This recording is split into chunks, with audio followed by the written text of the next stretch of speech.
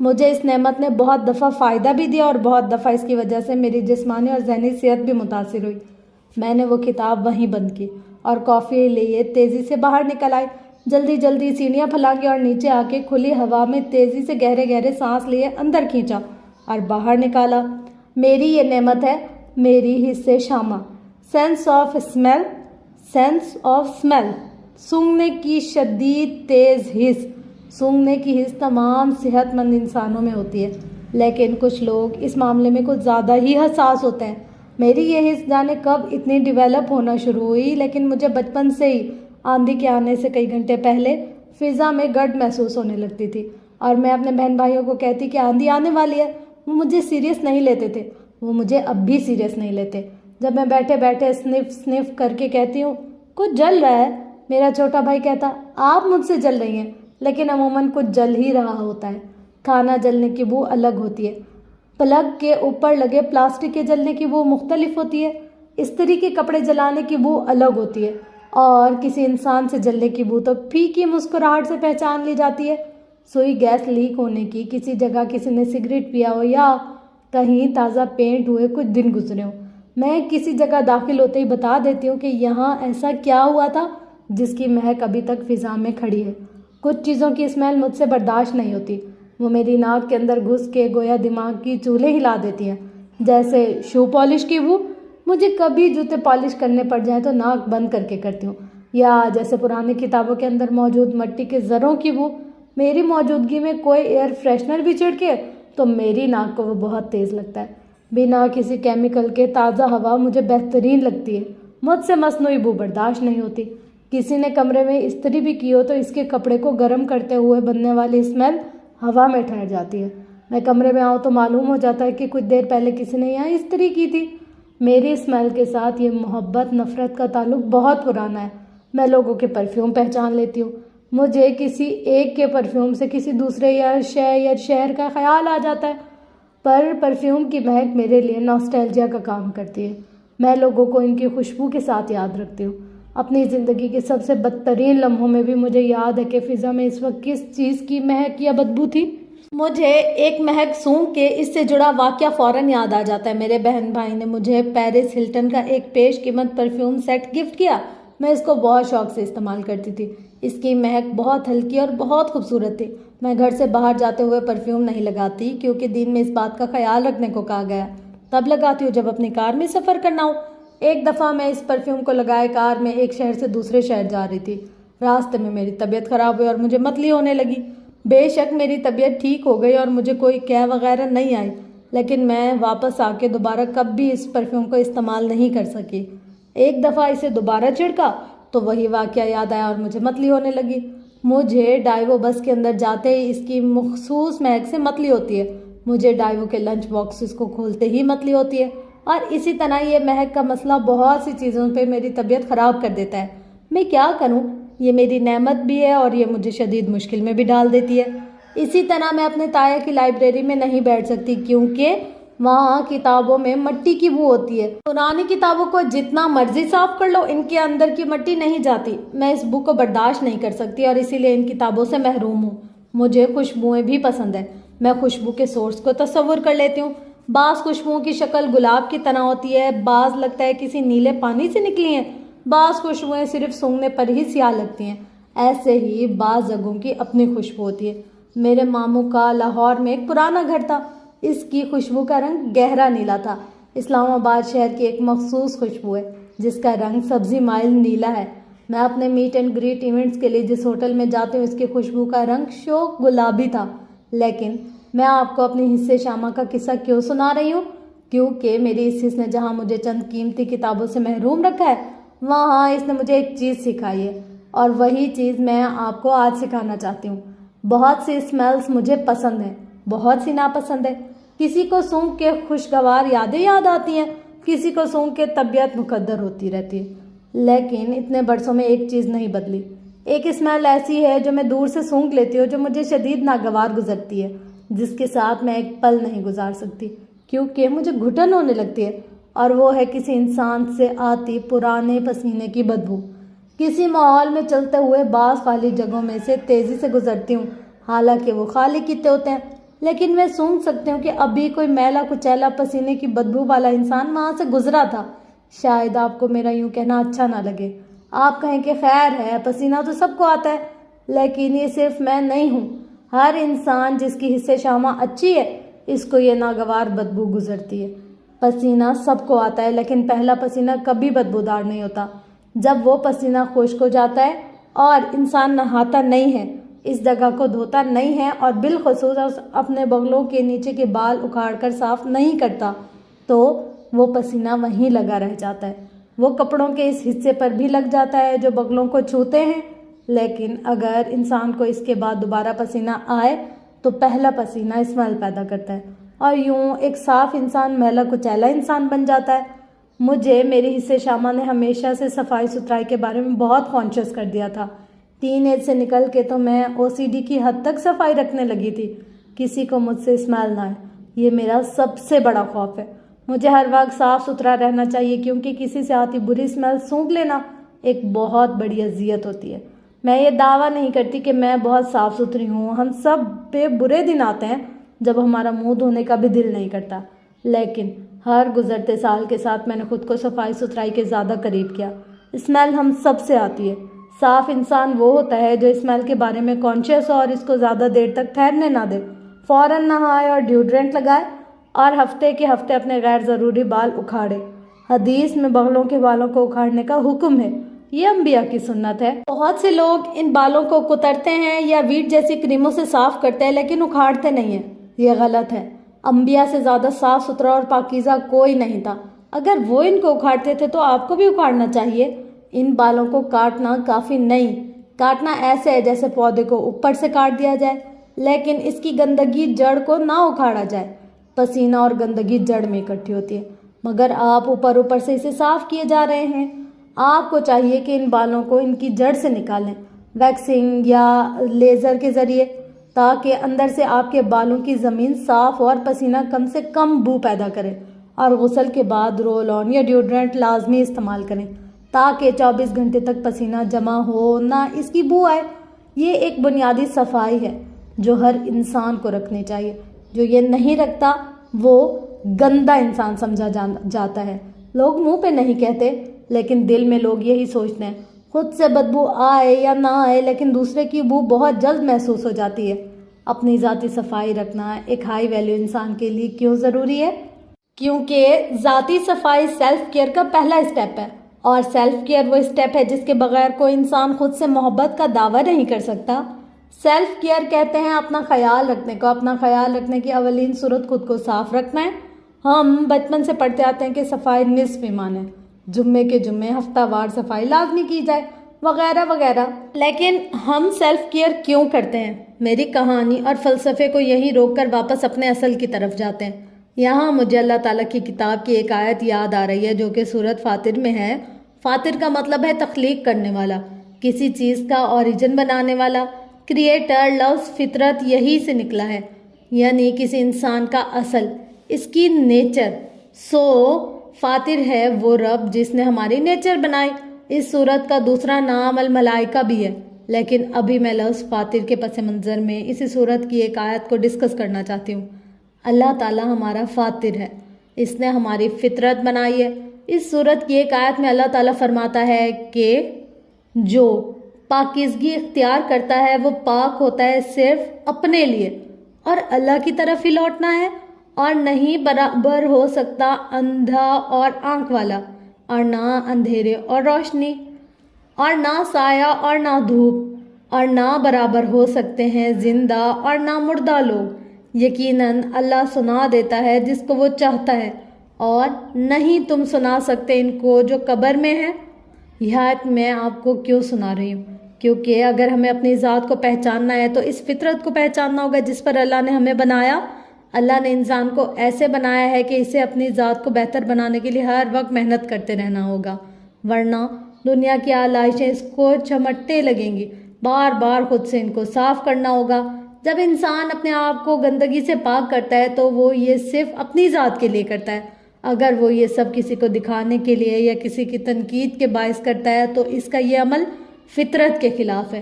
یعنی ایسے عمل کا اس کو کوئی فائدہ نہیں ہوگا۔ جو چیز فطرت کے خلاف ہوتی ہے وہ زیادہ دیر نہیں چل سکتی۔ جیسے جو لوگ مہمانوں کے آنے پر یا کسی کے گھر جاتے وقت ہی تیار ہوتے ہیں، وہ اپنے لیے پاکیزگی اختیار نہیں کرتے، دوسروں کے لیے کرتے ہیں، دوسروں کے سامنے اپنا امیج بنانے کے لیے کرتے ہیں۔ اس لیے وہ گھر میں سر جھاڑ منہ پھاڑ پھر رہے ہوتے ہیں، کیونکہ وہ اپنی میلی کچیلی ذات کے ساتھ رہ سکتے ہیں۔ جو لوگ اپنے لیے صاف رہتے ہیں ان کی صفائی مختلف ہوتی ہے۔ ان سے جیسے ہی اسمیل آنے لگتی ہے ان کو احساس ہو جاتا ہے اور وہ غسل کر لیتے ہیں، کیونکہ اگر وہ اپنا خیال نہ رکھیں تو وہ اچھا محسوس نہیں کرتے۔ یہ وہ لفظ تھا جس کی طرف میں آ رہی تھی۔ اپنا خیال رکھنا آپ کو اچھا محسوس کرواتا ہے۔ صاف ستھرے رہنا بڑی اچھی فیلنگ ہوتی ہے، یہ آپ کا موڈ بھی بحال کر دیتی ہے۔ ایک زمانے میں سمجھا کرتی تھی کہ سیلف کیئر اپنے حلیے کو ٹھیک رکھنے کا نام ہے۔ آپ صاف ستھرے ہیں، کپڑے استری شدہ ہیں، بال بنے ہوئے ہیں، ناخن دانت وغیرہ صاف ہیں اور اوورآل آپ کا حلیہ نفاست کا ثبوت دیتا ہے تو آپ کو سیلف کیئر میں پورے 100 نمبر مل گئے۔ جب کوئی آپ سے بدبو نہیں سونگھ سکتا تو آپ اپنا خیال رکھنے والے ہیں، ویری گڈ۔ لیکن کیا انسان دوسرے انسانوں کی صرف بدبو سونگھ لیتے ہیں؟ نہیں، مجھے نہیں معلوم کہ آپ کی اس وقت کیا عمر ہے۔ ہو سکتا ہے آپ کو دنیا کا بہت تجربہ ہو سکتا ہے آپ کم عمر ہو اور ابھی آپ نے کھل کر دنیا نہ دیکھی ہو۔ لیکن جب آپ دنیا والوں میں چلتے پھرتے ہیں، یعنی جاب وغیرہ کرتے ہیں یا شادی کے بعد سسرال والوں کے ساتھ نئے تعلق میں بنتے ہیں، تب آپ پریکٹیکل لائف میں داخل ہوتے ہیں۔ یہ زندگی مختلف ہوتی ہے، یہ گھر یا یونیورسٹی کی زندگی جیسی نہیں ہوتی۔ یہاں آپ کو بہت کم دوست ملتے ہیں، اکثر لوگ دو چہروں والے ہوتے ہیں، مگر اپنے دوستوں کے چہروں سے وہ سونگھ سکتے ہیں۔ اور یہ صرف جسم کی بدبو نہیں ہے جس کو وہ سونگھ سکتے ہیں، لوگوں کو اور بھی بہت کچھ سونگھ لینا آتا ہے۔ وہ سونگھتے ہیں شخصیت کی کمزوریاں، وہ سونگھتے ہیں آپ کی ذات کے وہ کمزور پہلو جن کو وہ استعمال کر سکیں، وہ سونگھتے ہیں آپ کی مجبوریاں، وہ سونگھتے ہیں آپ کی عادات۔ اور جہاں لوگوں کو لگتا ہے کہ اس شخص میں ایک ایسی خامی ہے جس کے باعث میں اس سے جو چاہے کروا سکتا ہوں، وہاں وہ آپ کی اس خامی کو ہاتھ میں لے کر آپ سے اپنے مطلب نکلوانے کے لیے آ جاتے ہیں۔ بہت اچھی نیچر کا ہونا بھی ایک خامی بن جاتا ہے، کیونکہ آپ کو کسی کو نہ کہنا نہیں آتا، سو آپ لوگوں کو خوش کرنے کے چکر میں ان کے ہاتھوں استعمال ہوتے جاتے ہیں۔ کتنے ہی لوگوں سے آپ یہ سنتے ہیں کہ لوگ مجھے ایکسپلائٹ کرتے ہیں، لوگ مجھے استعمال کر کے نکل جاتے ہیں، میری تحقیر کرتے ہیں۔ اس میں قصور کس کا ہے؟ ظالم اور مظلوم دونوں کا، کیونکہ اگر وہ ظالم تھا تو آپ نے خود پر ظلم کیوں ہونے دیا؟ جو لوگ اپنی ذات کا خیال نہیں رکھتے وہ دوسروں کو خود پر ظلم کرنے کی اجازت دیتے ہیں۔ میں نے زندگی میں دیکھا ہے، ہمیں جہاں بھی دھوکہ ملے یا کسی نے ہمارے ساتھ زیادتی کی ہے، بالخصوص ورک پلیس پہ، تب ہوتا یہ ہے کہ جب آپ اپنا اصول اس شخص کے لیے توڑتے ہیں اور اپنی حدود سیٹ نہیں کرتے۔ کیوں نہیں کرتے؟ کیونکہ ہم میں سے اکثر لوگ بنیادی طور پر پیپل پلیزر ہوتے ہیں۔ ہمیں لوگوں کو خوش کرنے کا اتنا شوق ہوتا ہے کہ ہم ان کو ڈیل دیتے جاتے ہیں۔ لوگ ہماری حد کراس کرتے ہیں تو ہم اپنی حدودوں کی لکیر کو مزید پیچھے کر لیتے ہیں۔ ہم لوگوں کو فیورز پہ فیورز دیتے جاتے ہیں اور جب وہ ہم سے فائدہ اٹھا کر چلتے بنتے ہیں تو ہم آدھی زندگی انہی کو الزام دینے میں لگا دیتے ہیں۔ ایک میچور اور بائی ویلیو انسان دوسروں کو الزام دینے والا نہیں ہوتا، بلکہ اپنی غلطیوں کی ذمہ داری لینے والا ہوتا ہے۔ جیسے اگر کوئی شخص میلا کچیلا ہے، اس سے بدبو آ رہی ہے اور آپ اس سے پوچھیں کہ وہ ایسا کیوں ہے، اور وہ کہے کہ مجھے آفس میں فلاں نے اتنا کام دے دیا کہ مجھے 4 دن سے نہانے کا ہوش نہیں ہے، تو آپ کیا کہیں گے؟ ایمان سے بتائیں، آپ کس کو غلط سمجھیں گے؟ کوئی بھی سمجھدار آدمی یہ بات نہیں مان سکتا کہ کوئی انسان اتنا مصروف ہو سکتا ہے کہ اس کے پاس نہانے کے لیے 5 منٹ بھی نہ ہو۔ نہانے میں 5 سے 10 منٹ لگتے ہیں۔ اگر کوئی 4 دن سے نہیں نہایا تو بھائی وہ مصروف نہیں ہے، وہ بنیادی طور پر ایک میلا کچیلا انسان ہے، اس کو سیلف کیئر کا سینس نہیں ہے۔ آپ ایسے شخص سے کہتے ہیں کہ بھائی تم اتنا کام لینے سے انکار کر دیتے یا اپنے لیے خود وقت نکالتے، اپنی ذات کو ترجیح دیتے تو کوئی مسئلہ نہ ہوتا۔ لیکن جب ہمارے دوست ہمارے پاس کاؤنسلنگ کے لیے آتے ہیں کہ فلاں نے مجھے دھوکہ دیا، میرا دل توڑا، تو ہم بیٹھ کے اس شخص کو برا بھلا کہنے لگ جاتے ہیں جس نے ہمارے دوست کے ساتھ برا کیا ہوتا ہے۔ اپنے دوست کو حقیقت دکھانے کی عادت ڈالیں کہ سوری بھائی، غلطی آپ کی اپنی ہے، کس نے کہا تھا اس شخص کو اتنا فرینک کرو؟ کیوں آپ نے اپنی ذات کو ترجیح نہیں دی؟ کیوں اپنی حدود نہیں رکھی؟ ایسا کرو گے تو ایسا ہوگا۔ آئندہ سے اپنی حدود سیٹ کرو، اگلی دفعہ اس غلطی سے بچنے کے لیے جو کرنا چاہیے وہ کرو۔ یہ بڑی افسوسناک بات ہے کہ ہمارے معاشرے میں بالخصوص لڑکیوں کو یہ نہیں سکھایا جاتا کہ تم نے زندگی میں ہر شخص کے ساتھ حدود رکھنی ہے اور اپنی ذات کو ترجیح دینی ہے۔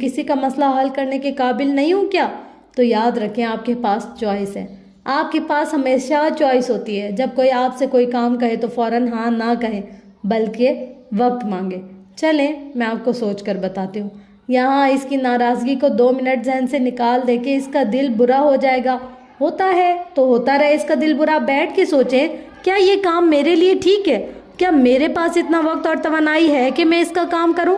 کیا میرا دل چاہ رہا ہے؟ کیا میرے مقاصد میں یہ کام مجھے مدد کرے گا؟ ہائے نہیں، اس نے مجھے اپنا سمجھ کے کام کہا ہے، میں نے نہ کیا تو وہ بیچارہ کیسے کرے گا؟ اس طرح کے خیالات کو کنٹرول کریں۔ یہ اس کا مسئلہ ہے، آپ کا نہیں۔ اگر یہ کام آپ کے لیے برا نہیں ہے اور آپ خود پر بوجھ بھی محسوس نہیں کر رہے تو ہاں کر دیں، نہیں تو شائستگی سے نہ کہہ دیں۔ ایک انکار آپ کو بہت سے مسئلوں سے بچا لیتا ہے۔ میں ایسی سچویشن میں کیا کرتی ہوں، میں اصل میں خود ایک بہت بڑی پیپل پلیزر رہ چکی ہوں ماشاء اللہ سے، اور مجھے نہ کہنا ایک زمانے میں بالکل نہیں آتا تھا۔ میں خود پر بوجھ لے کر ہر کسی کا کام کرتی رہی ہوں۔ ابھی مجھے نہ کہنا بہت مشکل لگتا ہے، دل دھڑکتا ہے، ہائے اس کو برا لگ جائے گا، لیکن نہ کہہ کر جو سکون آپ کو ملتا ہے نا، وہ آپ کی ذات کے لیے بہت ضروری ہے۔ خود کو ترجیح دینے کے لیے نہ کہنا بہت ضروری ہے۔ بنا سوچے سمجھے ہر ایک کی بات ماننے والے نقصان اٹھاتے ہیں، اسی لیے نہ کہنا سیکھیں۔ پیار سے کہیں، شائستگی سے کہیں، لیکن ہر اس چیز کو انکار کریں جو آپ کی ذات کے لیے اچھی نہیں ہے۔ ابھی کل کی ہی بات ہے، میری اور میری ایک کزن کی آپس میں ایک موضوع پر گزشتہ 3-4 دن سے بات ہو رہی تھی جو ٹاکسک تھا۔ اس کا کوئی فائدہ تھا نہ، اور موضوع بار بار میرا موڈ خراب کر رہا تھا۔ کل رات مجھے احساس ہوا گو کہ اس ٹاپک پہ بات کرنے میں مزہ آ رہا ہے، یعنی کس کو گوسپ کرنے میں مزہ نہیں آتا بھلا؟ اور ہم دونوں کو اس بات میں بہت انٹرسٹ ہے کہ اب اس ٹاپک کا آگے کیا بنے گا، لیکن اس مسئلے کی وجہ سے میرا ذہن بٹ گیا ہے۔ 3-4 دن سے میں نے کچھ نہیں لکھا۔ یہ گفتگو میری ذات کو فائدہ نہیں دے رہی۔ انگریزی میں کہتے ہیں یہ مجھے سرو نہیں کر رہی، مجھے اس کا نقصان ہو رہا ہے۔ سو یو نو واٹ، ہم نے موضوع سے بریک لینا ہے۔ اس نے دوبارہ اس بارے میں بات کی تو میں نے کہا نہیں، اب ہم بات نہیں کریں گے کیونکہ میری ذات اس سے متاثر ہو رہی ہے۔ یہ ہوتا ہے خود کو اوپر رکھنا، خود کو ہر تفریح سے بھی اوپر رکھنا۔ پوری رات موویز دیکھنے یا گیمز کھیلنے میں بڑا مزہ آتا ہے، لیکن اگر یہ چیز آپ سے آپ کی صبح چھین رہی ہے، وہ صبح جس میں آپ پڑھائی یا اپنے وہ کام کرتے ہیں جو آپ کو کامیابی کے لیے درکار ہیں، تو آپ نے خود کو اس لذت سے اوپر رکھنا ہے جو آپ کو ان چیزوں سے مل رہی ہے۔ سیلف کیئر کا دوسرا اصول میں بار بار دہراتی ہوں، حدود حدود حدود حدود۔ حدود وہ لکیر ہیں جو آپ اپنے ارد گرد کھینچتے ہیں، یہ آپ کی ویلیوز سے بنتی ہے، اور ان کو عبور کرنے کی اجازت کسی انسان حتیٰ کہ آپ کی فیملی کو بھی نہیں ہونی چاہیے۔ جب بھی آپ ان کو کسی کے لیے نرم کریں گے، وہ اس نرمی کو سونگھ لے گا اور اس کا فائدہ اٹھا کے آپ کو نقصان دے گا۔ حدود بنانے کا مطلب ہے ہر انسان کو ایک حد میں رکھنا تاکہ وہ آپ کو نقصان نہ دے۔ موبائل ایک حد میں استعمال کرنا، یہ ہم سب کے لیے بڑا ہی مشکل کام ہے۔ لوگوں کو ایک حد میں رکھنا اور ان پہ بات واضح کر دینا کہ اس کے آگے آپ نہیں نکل سکتے۔ حدود کیسے قائم کی جاتی ہیں؟ حدود ہمیشہ اعمال اور رویے سے سیٹ کی جاتی ہے، باتوں سے نہیں، لیکن ایک دفعہ ان کو اپنے الفاظ سے باور کرا دیا جاتا ہے۔ اگر لوگوں کو خوش کرنے کے لیے آپ اپنی حد نرم کریں گے تو آپ کا سارا ویلیو سسٹم ڈھہ جائے گا، آپ کی حدود کی کوئی عزت ہی نہیں رہے گی۔ آپ اونٹ کو جتنا خیمہ دیں گے وہ اتنا ہی اندر گھستا آئے گا، اس لیے حدود قائم کرنا سیکھیں۔ دوسرے لوگ خود بخود اپنی حدود میں چلے جائیں گے، اور پھر آپ کو صرف وہی دوست ملیں گے جو واقعتاً آپ کے ساتھ آپ کے لیے ہوں گے، لیکن حدود آپ ان کے لیے بھی نہیں دھندلائیں گے۔ یہ آپ کی ذات کے لیے ضروری ہے، اپنی ذات کو ان ٹاکسک عادتوں سے پاک کرنا ضروری ہے۔ جو اپنی ذات کو ان چیزوں سے پاک کرتا ہے وہ اپنے لیے کرتا ہے۔ سیلف کیئر کہاں کہاں کرنی پڑتی ہے؟ سب سے پہلے میں بات کرنا چاہتی ہوں ذاتی سیلف کیئر پہ۔ نہیں کپڑوں اور غسل کی نہیں، نہ ہی روحانی پاکیزگی کی، بلکہ اپنی ذات کی کیئر، اپنے جذبات کی کیئر کرنا سیکھے۔ اس کا یہ مطلب نہیں ہے کہ کسی کو اجازت نہ دے کہ وہ ہمیں ہرٹ نہ کرے، ایسا ہو ہی نہیں سکتا، کیونکہ جب تک ہم زندہ ہیں ہم ہرٹ ہوں گے۔ جذبات کا خیال ایسے رکھا جاتا ہے کہ دن کے آخر میں خود سے پوچھیں، میں آج کیسا محسوس کر رہی ہوں؟ کیا چیز مجھے بوجھل کیے ہوئے ہے؟ آج میری کون سی غلطی تھی جس نے مجھے پچھتاوے میں ڈالا ہوا ہے؟ آج میں نے کیا غلط کیا اور اس کی وجہ کیا تھی؟ جیسے میرا مسئلہ ہے میرا غصہ، میں ایک دم سے پھٹ پڑتی ہوں۔ میں نے جب اس پر کام کرنا شروع کیا تو میں نے یہ سوچا کہ مجھے کیا چیز ٹریگر کرتی ہے، یعنی کہ اکساتی ہے اور میں پھٹ پڑتی ہوں۔ میں نے ریئلائز کیا کہ جب دوسرے میری توقعات پہ پورا نہیں اترتے تو مجھے غصہ آتا ہے۔ اس کا حل کیا ہے کہ میں توقعات کو کم کر دوں۔ اس سے مجھے بہت مدد ملی۔ اپنے جذبات کو پروسیس کرنا سیکھیں۔ فون رکھ کر تنہائی میں بیٹھ کر سوچیں کہ میں کیا محسوس کر رہی ہوں، کیوں کر رہی ہوں، اور ایسا کیا کروں جو آئندہ یہ کام نہ ہو۔ پھر اپنے جذبات کو بیان کرنا سیکھیں۔ جب دل بوجھل ہو تو کسی دوست سے بات کیا کریں۔ اس طرح خود کو سمجھنے میں مدد ملتی ہے، یا اپنے جرنل میں اپنے جذبات کو لکھا کریں۔ کتھارسس ہر صورت میں اچھا ہے، چاہے بول کے کرو چاہے لکھ کے۔ میں نے اپنی کتاب میں یہ سوال اس لیے رکھے ہیں تاکہ آپ ہر روز جرنل لکھنے کی عادت ڈالیں۔ اس کتاب کو پڑھ کے ان باتوں کے جواب لکھنے والے لوگ اور نہ لکھنے والے لوگ کبھی برابر نہیں ہو سکتے۔ جیسے سورۃ فاطر میں اللہ تعالیٰ نے فرمایا ہے کہ اندھا اور دیکھنے والا برابر نہیں ہو سکتے۔ خود کو دیکھنے اور خود کو نہ دیکھنے والے بھی برابر نہیں ہو سکتے۔ سیلف کیئر کرنے کے لیے دوسروں کو نہ کہنے کے ساتھ ساتھ خود کو ہاں کہنا بھی بہت ضروری ہے۔ جب تھک جاؤ تو خود سے پوچھو، کیا مجھے بریک کی ضرورت ہے؟ کیا مجھے بیٹھ کے 5 منٹ چائے پی لینی چاہیے؟ کیا مجھے اس کام کو کر لینے سے انکار کر دینا چاہیے کیونکہ میں بوجھل محسوس کر رہی ہوں؟ یہ چیزیں مجھے نقصان دے رہی ہیں تو کیا مجھے اس کو چھوڑ دینا چاہیے؟ اور پھر خود کو ہاں کہیں۔ بہت زیادہ کام کرنا، ہر وقت دوسروں کی خدمت میں جتے رہنا اور اپنے لیے وقت نہ نکالنا قربانی نہیں ہے، یہ اپنی ذات کو آزاں کرنا ہے۔ ہر اس چیز کو نہ کہیں جو بوجھ محسوس ہو، ہر اس چیز کو ہاں کہیں جو آپ کے ذہن کو ریلیکس کرے۔ ہمارے ہاں سمجھا جاتا ہے کہ مضبوط ہونے کا مطلب ہے آپ کو کسی کی ضرورت نہیں۔ گھر والے بھی اسی ایک شخص پر بوجھ ڈالے جاتے ہیں جو ساری ذمہ داریاں اپنے کندھوں پر لیتا جا رہا ہو۔ نہیں، مدد مانگنا سیکھیں۔ جب تھک جائیں تو اپنے قریبی لوگوں سے کہیں کہ مجھ سے نہیں ہو رہا، میرے ساتھ کام بانٹو۔ میں ڈپریشن میں ہوں، میرا دکھ بانٹو۔ مجھے کلینکل ہیلپ چاہیے، میرے لیے سائیکالوجسٹ تک جانے کا مسئلہ آسان کرو۔ میں بچے کو ہر وقت اکیلے نہیں سنبھال سکتی، تم بھی میری مدد کرو۔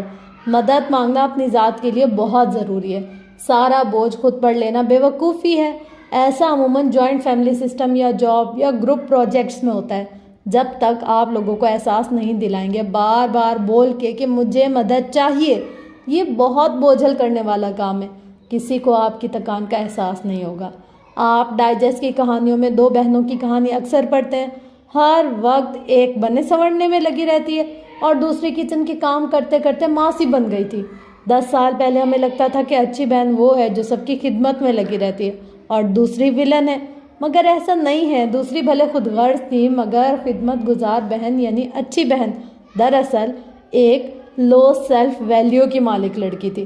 سنڈریلا بن کر زندگی نہیں گزاری جا سکتی کیونکہ یہاں کوئی کانچ کی جوتی لے کر ہمارے لیے نہیں آتا۔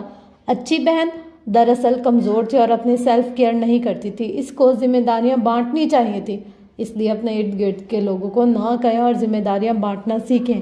کیا آپ کو بھی میری طرح ایک زمانے میں بار بار سوری کہنے کی عادت تھی؟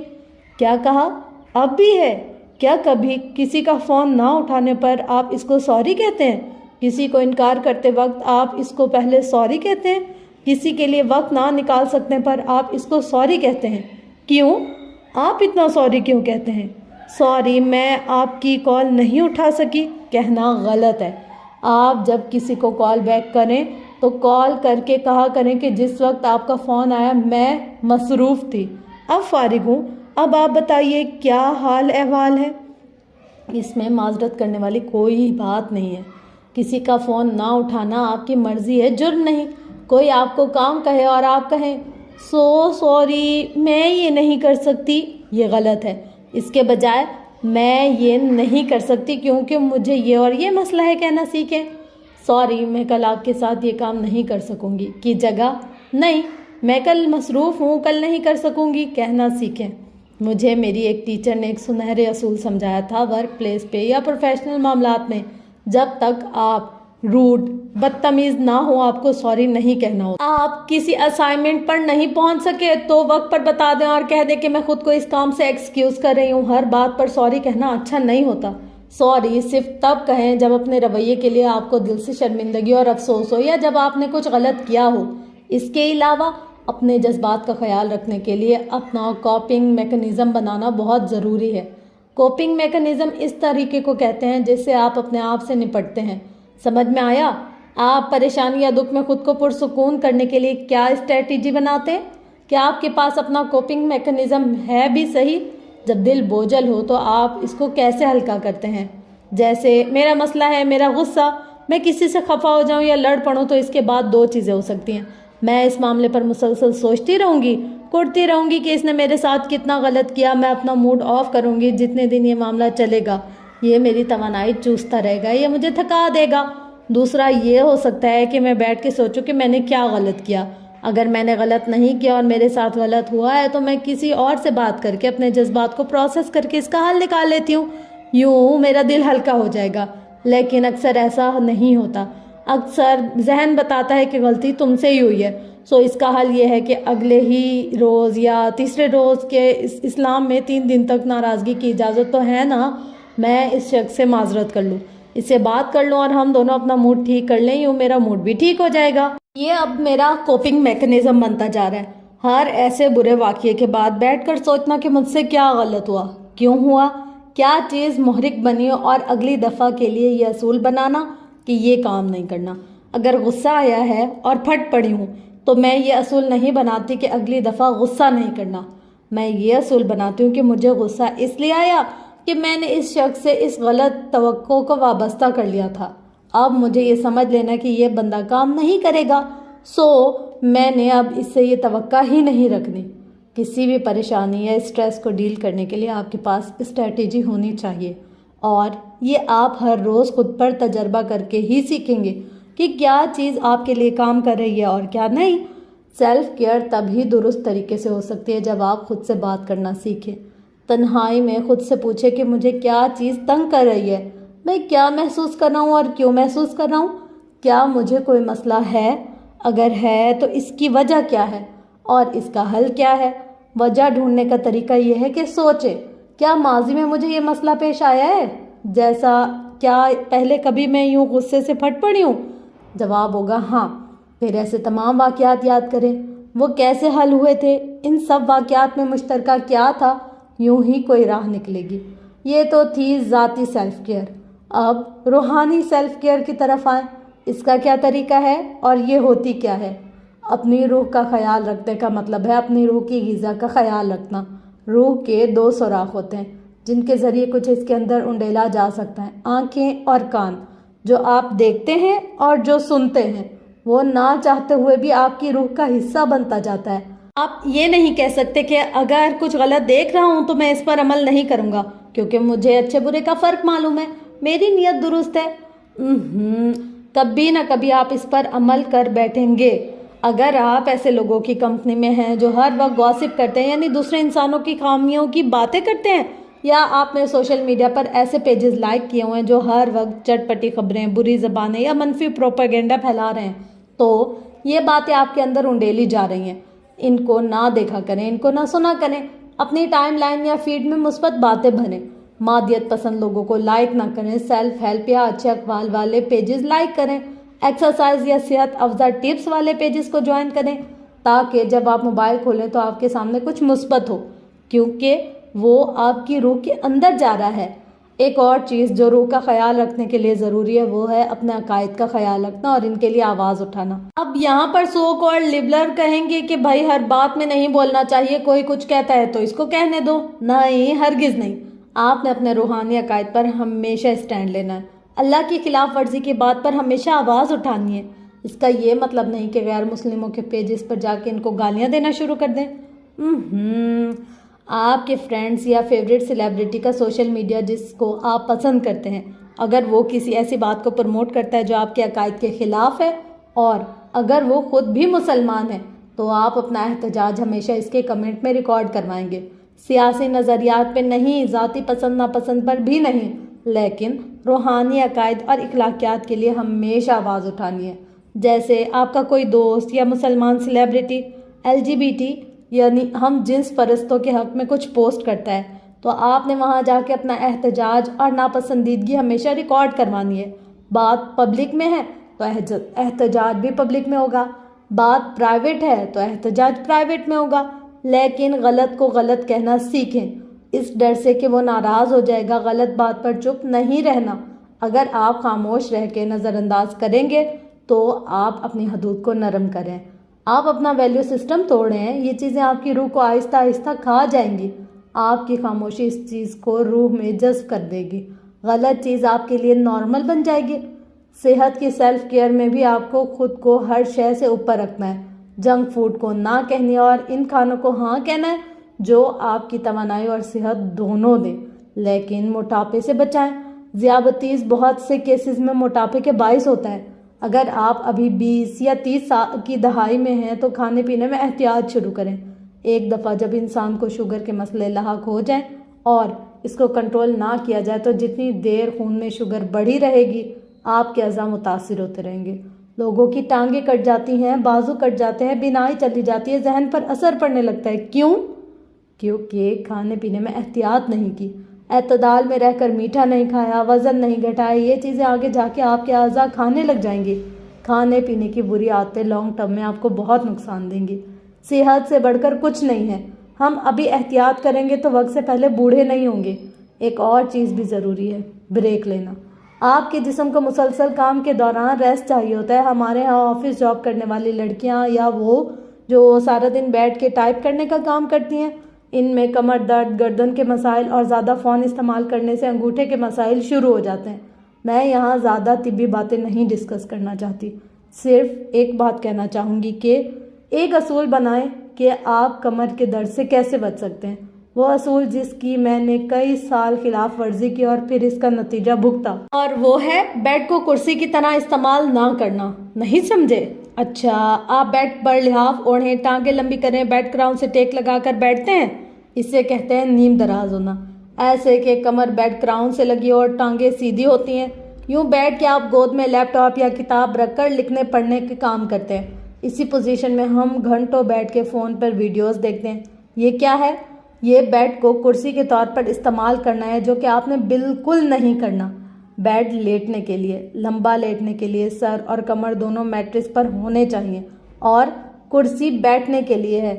ابھی آپ کو احساس نہیں ہوگا، لیکن آہستہ آہستہ جب کمر کے موڑے خراب ہونے لگیں گے اور جوانی میں بڑھاپے والی دردیں شروع ہوں گی اور آپ چیک اپ کے لیے جائیں گے تو ڈاکٹر بتائے گا کہ آپ تو بیٹھتے ہی غلط ہیں۔ اس وقت آپ کہیں گی کہ کاش کئی برس پہلے یہ بات کسی نے بتائی ہوتی۔ اسی لیے میں بتا رہی ہوں، میں اس چیز سے گزر چکی ہوں، آپ نہ گزریں۔ کام کرسی پر کریں اور بیڈ جو کرنا ہے سیدھے لیٹ کر کریں۔ دوست بنانا سوشل سیلف کیئر کا نام ہے۔ ہم جیسے کہتے ہیں کہ ٹاکسک لوگوں کو زندگی سے نکالیں، مگر 1 یا 2 چانسز دے کر اور ہمیشہ میچور گفتگو کر کر، ویسے ہی ہم یہ بھی کہتے ہیں کہ مثبت لوگوں کو زندگی میں داخل کریں۔ دوست قسمت سے ملتے ہیں، یہ بنائے نہیں جاتے۔ آپ کی فریکوینسی کسی سے مل جاتی ہے اور آپ ایک دوسرے کے ساتھ کمفرٹیبل ہو جاتے ہیں۔ یہ آپ کی سماجی سیلف کیئر ہے۔ اپنے آپ کو بہتر محسوس کروانے کے لیے آپ اپنے ارد گرد دوستوں کا ایک سپورٹ سسٹم بناتے ہیں، تاکہ مشکل یا اسٹریس میں ان سے شیئر کر کے آپ کو سہارا مل سکے۔ دوستوں میں بھی حدود کی ضرورت ہوتی ہے۔ ہر دوست آپ کی زندگی کے ہر پہلو کے لیے نہیں ہوتا۔ ایک دوست ہے جو جاب پہ بنتا ہے، اس کو اپنی ذاتی زندگی کے دائرے میں نہ گھسائیں۔ ایک دوست ہے جو دین کا دوست ہے، اس کے ساتھ اپنے پروفیشنل خواب شیئر کرنا اور توقع کرنا کہ وہ آپ کا جوش شیئر کرے گا بے وقوفی ہے۔ کام کے دوستوں کے ساتھ کام ڈسکس کیا جاتا ہے، ذاتی دوستوں کے ساتھ ذات۔ غرض دوستیاں وہ چابیاں ہیں جو آپ کی ذات کے مختلف تالے کھولتی ہیں۔ کسی ایک چابی کو آپ اپنے ہر تالے میں گھسائیں گے تو وہ کہیں نہ کہیں پھنس کے ٹوٹ جائے گی۔ ایک دوست کو اپنے ہر پہلو سے بوجھل نہ کریں۔ میری ایک دوست ہے جس سے میں روز بات کرتی ہوں، ہم ساتھ کام بھی کرتے ہیں اور تقریباً ہر روز ایک دوسرے سے جڑے رہتے ہیں، لیکن ہم میں سے دونوں کو یہ معلوم نہیں کہ دوسرے کے گھر میں کیا ہو رہا ہے، کیونکہ ہم کام کے دوست ہیں۔ دوستوں سے وہ شیئر کریں جو آپ دونوں کے درمیان مشترک ہے۔ سوشل میڈیا پر سیلف کیئر کیسے کی جائے؟ ایک سادہ سا حل ہے۔ میرا چھوٹا بھائی مجھے ایک دفعہ کسی سوشل میڈیا سیلیبریٹی کے بارے میں بتاتے ہوئے کہہ رہا تھا کہ فلاں بہت اچھا روسٹر ہے۔ میں نے پوچھا وہ کیا ہوتا ہے؟ وہ بولا کہ وہ آدمی دوسروں کے کام کو روسٹ کرتا ہے، یعنی ان پر کامیڈی ویڈیوز بناتا ہے، جوکس کرتا ہے۔ میں نے کہا دیکھو بچے، یہ کوئی اچھی بات نہیں ہے۔ کیا اس بندے کا اپنا کوئی ٹیلنٹ نہیں ہے اور اس کی شہرت کا ذریعہ کسی دوسرے کے کام پر تنقید کرنا ہے؟ میرا بھائی چونکہ جنریشن زی سے تعلق رکھتا ہے، اس لیے اس کو اپنی جنریشن کی طرح لگتا ہے کہ اسے بڑے سے زیادہ معلوم ہے، تو وہ مجھے کہنے لگا کہ آپ کو نہیں پتا آج کل روسٹرز بڑے ان ہوتے ہیں۔ میں نے کہا دیکھو، کچھ اصول سارے زمانوں کے لیے ایک ہوتے ہیں، منفی کام آپ کو وقتی شہرت دیتا ہے، عزت نہیں۔ وہ سر ہلا کے اٹھ گیا، اسے میری بات پسند نہیں آئی۔ قریباً 1 سال بعد وہ مجھے بتانے لگا کہ اس روسٹر کو لوگ اب بہت گالیاں دے رہے ہیں کیونکہ وہ کچھ زیادہ ہی منفی تھا۔ میں نے کہا میں نے تمہیں یہی بات کہی تھی کہ منفی پن آپ کو دنیا میں کہیں نہیں لے کر جاتا۔ میں نے اس سے پوچھا کہ اب جب وہ بندہ لوگوں کا فیوریٹ نہیں رہا تو تم اس کو کیوں دیکھتے ہو؟ اس نے کہا کہ وہ ٹائم لائن پر نظر آتا ہے تو میں اسے دیکھ لیتا ہوں۔ یہاں میں آپ کو سوشل میڈیا سیلف کیئر کا ایک اہم اصول بتانے جا رہی ہوں۔ ہم میں سے کوئی فولاد کا بنا نہیں ہے کہ کسی منفی بات کا اثر نہیں لے گا۔ ہم سب کمزور انسان ہیں، گارے کے بنے ہیں، چکنے گارے پہ کوئی بھی چیز اپنا نشان آسانی سے مرتب کر دیتی ہے، اس لیے منفی چیزوں کو نہ دیکھا کریں۔ آج بیٹھ کے اپنے فیس بک، ٹویٹر، انسٹاگرام وغیرہ کے وہ سب اکاؤنٹس دیکھیں جو آپ نے فالو کر رکھے ہیں۔ ان میں سے کون منفی ہے، کون مثبت، کون آئیڈیاز پر بات کرتا ہے اور کون انسانوں کی برائی کرتا ہے، اس کا جائزہ لیں اور منفی لوگوں کو وہاں سے نکال لیں۔ پھر صرف مثبت اکاؤنٹس سے اپنی ٹائم لائن بھریں۔ جیسے منفی چیزیں روح کے اندر اترتی ہیں، ویسے ہی مثبت چیزیں قطرہ قطرہ کر کے پتھر دل پر ٹپکتی ہیں۔ سوشل میڈیا پر اپنا خیال رکھنے کا دوسرا طریقہ کبھی نہ ختم ہونے والی اسکرولنگ سے بچنا ہے۔ ہمارا انگوٹھا بنا سوچے سمجھے اسکرین نیچے کرتا جاتا ہے اور ہم ہر اچھی بری چیز اندر اتارتے جاتے ہیں۔ اسی لیے رات کو سونے سے پہلے سر بھاری محسوس ہوتا ہے۔ یہ بات اکثر کہی جاتی کہ سوشل میڈیا پر دوسروں کی پرفیکٹ لائف دیکھ کر ان سے اپنا مقابلہ نہ کریں وغیرہ وغیرہ۔ اب تک ہم یہ بات جان گئے کہ لوگ اتنے پرفیکٹ نہیں ہوتے جتنے وہ خود کو سوشل میڈیا پر ظاہر کرتے ہیں۔ اس کے باوجود کچھ لوگ وہاں اتنے رشک آمیز نظر آ رہے ہوتے کہ دل کو کچھ ہوتا ہے۔ ایسے وقت میں اللہ تعالیٰ کی وہ آیت یاد کیا کریں جس میں اللہ نے فرمایا کہ نہ دیکھو اس کو جو ہم نے عطا کیا ہے دوسرے جوڑوں کو۔ تو پریکٹیکل زندگی میں سیلف کیئر کیسے کیا جاتا ہے؟ اپنا ہاتھ کنٹرول کر کے، چادر دیکھ کر پیر پھیلا کے، چاہے آن لائن شاپنگ ہو یا کسی دکان پر جا کے کچھ خریدنا ہو، ہم لوگ بنا سوچے سمجھے چیزیں اکٹھی کرنے کے عادی ہو جاتے ہیں۔ جو 1000 روپے کی چیز افورڈ کر سکتا ہے وہ اتنے کی غیر ضروری چیزیں لے لیتا ہے۔ جو 10,000 جھونکنا افورڈ کر سکتا ہے وہ پورے کا پورا 10,000 جھونک کے آتا ہے۔ پیسہ بہت مشکل سے کمایا جاتا ہے۔ وہ چیزیں لیں جس کا کوئی مقصد ہو۔ انسان اپنی دولت 2 چیزوں پر خرچ کرتا ہے جو اس کو نصیب ہوتی ہے، باقی تو سب وارثوں کا ہوتا ہے۔ ایک ہے کھانا اور ایک ہے پہننا۔ کھانے اور پہننے پر خرچ کرنا عیاشی نہیں ہے، اچھا کھائیں اچھا پہنیں، کیونکہ یہی وہ پیسہ ہے جو آپ خود پر لگا رہے ہیں۔ لیکن اپنی چادر دیکھ کے اسی طرح وہ چیزیں لیں جو آپ کی ذات کو ڈائریکٹ فائدہ پہنچائے، جیسے علم پر خرچ کرنا، کسی کورس کو پڑھنے پر پیسہ خرچ کرنا، اپنی صحت پر خرچ کرنا، کتابوں پر خرچ کرنا، اپنے آپ پر خرچ کرنا۔ پروفیشنل سیلف کیئر کیا ہے؟ اپنے کولیگز کے ساتھ حدود رکھنا۔ حدود ہماری زندگی کے ہر شعبے اور ہر انسان کے لیے ضروری ہیں۔ جن کی حدود نہیں ہوتی ان کی عزت نہیں ہوتی۔ جو آپ ماضی میں کر چکے ہیں اس پر نہ پچھتائیں، آگے کا سوچیں۔ آج سے کیسے میں اپنے کولیگز کے ساتھ حدود رکھ سکتی ہوں؟ کہیں میں ایک کولیگ سے کسی دوسرے کی برائی تو نہیں کر رہی، کہیں میں ادھر کی ادھر تو نہیں لگا رہی، کہیں میں اپنے گھر کے معاملات اپنے کولیگز کو تو نہیں بتا رہی، کہیں میں نے لوگوں کو اتنا فرینک تو نہیں کیا کہ وہ میرے ساتھ حد سے زیادہ ہنسی مذاق کریں اور مجھے نک نیم سے پکاریں۔ اور اگر کوئی آپ کے ساتھ ورک پلیس پر ایسے کرتا ہے تو آپ اس کو زبانی بھی بتائیں اور اپنے رویے سے بھی بتائیں کہ آئندہ وہ ایسا نہ کرے کیونکہ آپ کو یہ بات پسند نہیں۔ سیلف کیئر ہے خود کو دوسروں کے شر سے بچانا۔ جاب کی جگہ پر اگر کوئی آپ سے کچھ ایسا کہتا ہے جو اخلاقی لحاظ سے غلط ہے تو آپ نے وہیں اس وقت اسٹینڈ لینا ہے۔ میں نے ایک دفعہ بہت بڑے سوشل میڈیا ایکٹیوسٹ سے پوچھا کہ جاب پر اگر کوئی آپ کو کچھ غلط کہے یا ہراس کرے تو آپ کے خیال میں انسان کو کیا کرنا چاہیے؟ اس نے کافی دیر سوچا اور پھر وہ کہنے لگا کہ اس مسئلے کا ایک ہی حل ہے، وہیں اسی وقت رولا ڈال دو، شور مچاؤ، ہنگامہ کرو۔ ضروری نہیں ہے کہ آپ لوگوں کو اکٹھا کر کے ہنگامہ کریں۔ جو تنگ کر رہا ہے اس کے سامنے ہنگامہ کریں، اس کو ٹوکیں، اس کو واضح الفاظ میں منع کریں۔ یہ بدتمیزی نہیں ہے، یہ اپنی ذات کا خیال رکھنا ہے۔ خود سے محبت کرو، سب سے پہلے خود سے محبت کرو اور تم دیکھو گے کہ ہر چیز اپنی ترتیب خود بنا لے گی۔ خود کو بہت زیادہ قربان نہ کرو کیونکہ بہت زیادہ قربانیاں دینے سے تمہارے پاس نہیں بچے گا مزید کچھ دینے کے لیے۔ تمہارا اصل امتحان پرفیکٹ ہونا نہیں ہے، خود کو اپنی ذات سے مکمل کرنا ہے۔ خود سے محبت کرنا ایک آرٹ ہے، اور جو تنہا رہنا سیکھتا ہے وہی اس کا راز جان سکتا ہے، کیونکہ جب ہم تنہائی کو قبول کرتے ہیں تب ہی ہم دوسروں کے ساتھ محبت سے رہ سکتے ہیں اور ان کو ایک فرار کے طور پر استعمال نہیں کرتے، کیونکہ سب سے اہم رشتہ جو تم نے بنانا ہے وہ اپنے ساتھ بنانا ہے۔ اوئے ہوئے ہوئے ہوئے ہوئے جی، آج کا تو بہت اچھا لیسن تھا، اور اس کے بعد ہم آتے ہیں جی آج کے سوالات پر۔ اچھا، ان سوالات کے ساتھ ساتھ نا میں اپنا فیڈ بیک بھی دوں گی، اور جو مجھ میں پلس مائنس چیزیں وہ بھی بتاؤں گی۔ تو ہم آتے ہیں جی سوالات پر۔ سوال نمبر 1 ہے، کیا آپ 8 گھنٹے کی نیند روزانہ لیتے ہیں؟ اگر نہیں تو وہ کون سی چیزیں جو آپ کی نیند کو خراب کیے ہوئے ہیں؟ سب سے بڑی چیز موبائل مطلب ہماری نیند میں سب سے بڑا عمل دخل موبائل کا ہے۔ مطلب ہم یہ سوچ کر سوتے کہ ہم صبح 6 بجے اٹھیں گے اور 9 بجے تک ہم بستر پر ہوتے ہیں کہ 6 بجے اٹھنے کے لیے 9 بجے بستر پر جانا ہے۔ پھر ہم سوچتے ہیں کہ اچھا 1-2 چیزیں اسکرول کر لیں، یہ دیکھ لیں اور اس کے بعد ہم سو جائیں گے۔ اچھا، ہم سوچتے ہیں، یہ بات میں نے آپ کو پہلے بھی بتائی تھی کہ 1 گھنٹہ دیکھیں گے، 9:30 تک دیکھیں گے اور اس کے بعد موبائل رکھ دیں گے۔ جب 9:30 ہوتے ہیں تو سوچتے ہیں 9:50 تک دیکھ لیں، پھر موبائل رکھ دیں گے۔ 9:50 ہوتے تو ہم سوچتے ہیں پورے 10 بج جائیں تو موبائل رکھ دیں گے۔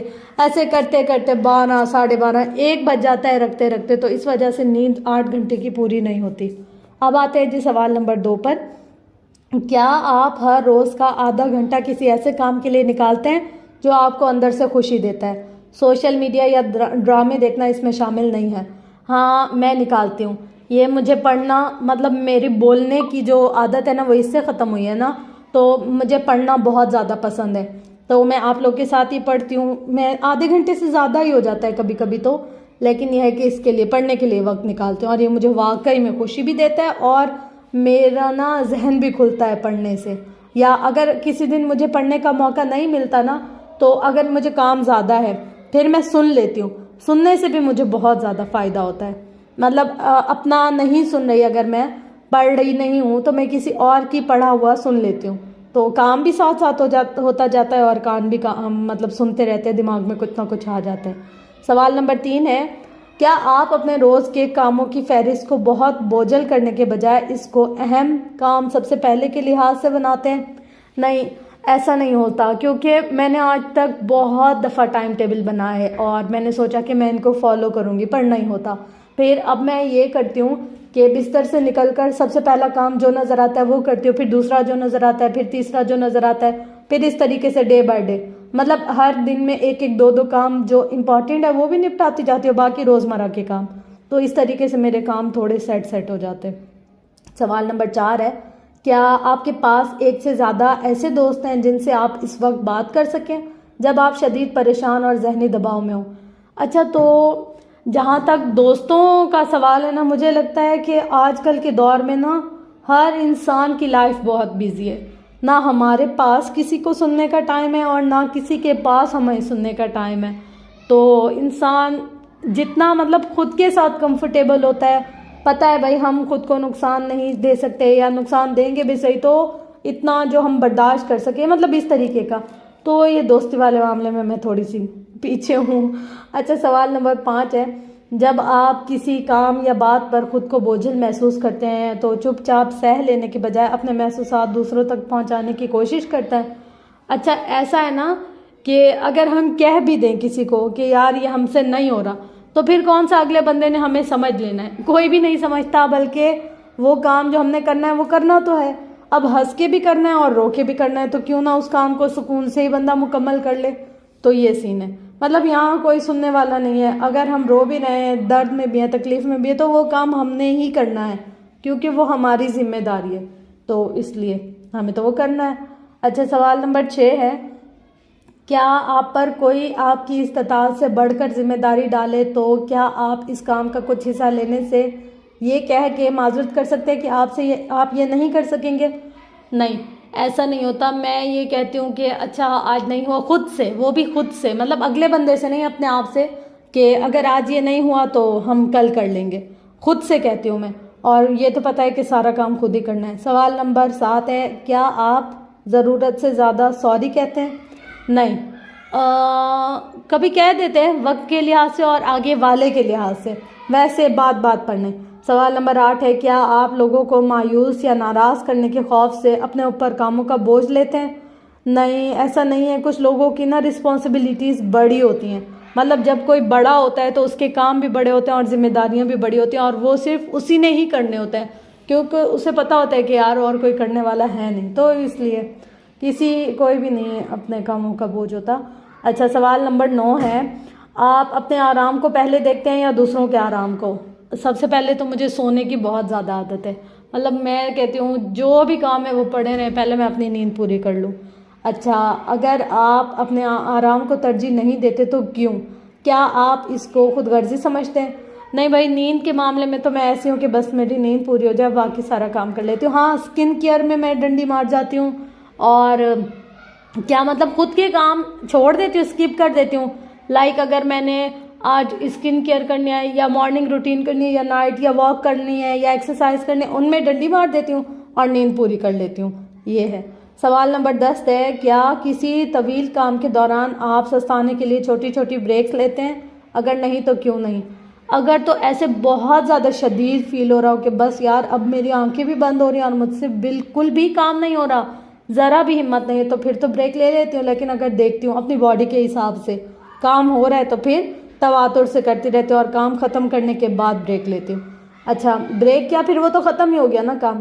سوال نمبر 11 ہے، گزشتہ ایک ہفتے کو ذہن میں لا کے سوچیں، جتنے مسئلوں پر آپ پریشان ہوئے ہیں یا سر کھپاتے رہے ہیں، ان میں سے کتنے مسئلے دوسروں کے مسئلے تھے اور کتنے مسئلوں کا تعلق سیدھا آپ کی ذات سے تھا؟ تفصیل سے وہ مسئلے اور ان کا حل تجزیہ تحریر کریں۔ تو ایسا ہے کہ جب ہم گھر کے بڑے ہوتے ہیں نا تو ہمارے مسئلے بھی ہمارے ہوتے ہیں اور دوسروں کے مسئلے بھی ہمارے ہوتے ہیں، تو پھر ہمیں اپنی فیملی کے حساب سے چلنا چاہیے۔ تو میرا یہ والا سین ہے۔ ہوپ سو کہ آپ لوگ بھی اپنے کوسچنس کے آنسر ڈھونڈیں گے، اور جتنا مجھے سمجھ آیا تھا یا جتنا میرے ذہن نے اس وقت اس چیز کو قبول کیا ہے اس کے حساب سے تو مجھے یہ سمجھ آیا۔ اور دوسری بات یہ کہ ہر انسان نا ایسے جلدی سے نہیں بول سکتا۔ اب لائک کسی کی اگر صرف گھر میں مدر ہے اور وہ جو کام ہے وہ ان کی استطاعت سے باہر ہے تو ہمیں ہی کرنا ہے نا، اور اگر وہ کام ہماری بھی استطاعت سے باہر ہے تو ہم امی کو تو نہیں کہہ سکتے، تو ایٹ دا اینڈ ہمیں خود ہی کرنا پڑے گا نا یہ۔ تو یوں ہوتا ہے کچھ نہ کچھ سلسلہ۔ تو ہوپ سو کہ آج کے چیپٹر میں آپ کو بہت کچھ اچھا اور پازیٹیو سیکھنے کو ملا ہوگا۔ ہر کسی کے حالات مختلف ہوتے ہیں، ہر کسی کا لائف سٹائل الگ ہوتا ہے، تو میں نے جو جواب دیے وہ میں نے اپنے لائف سٹائل کے حوالے سے دیے، آپ لوگ جو جواب دیں گے وہ آپ اپنے لائف سٹائل کے حوالے سے سوچیں گے اور دیں گے۔ تو انشاءاللہ ملتے ہیں کل کے باب میں، اور اللہ کرے گا کہ کل بھی ہم کچھ اچھا اور کچھ پازیٹیو سیکھیں گے۔ تو تب تک اپنا گرد و نواح اہل و عیال کا بہت زیادہ خیال رکھیے گا، اور مجھے دعا میں یاد رکھیے گا۔ اپنا فیڈ بیک دینا کمنٹ سیشن میں مت بھولیے گا، اور ایٹ دا اینڈ چینل کو لائک کمنٹ شیئر سبسکرائب ضرور کیجیے گا، کیونکہ آپ کی سبسکرپشن میری موٹیویشن ہے، تو اپنی سبسکرپشن کے ذریعے سے مجھے موٹیویٹ کرتے رہیں۔ اللہ کے حوالے، لو یو آل۔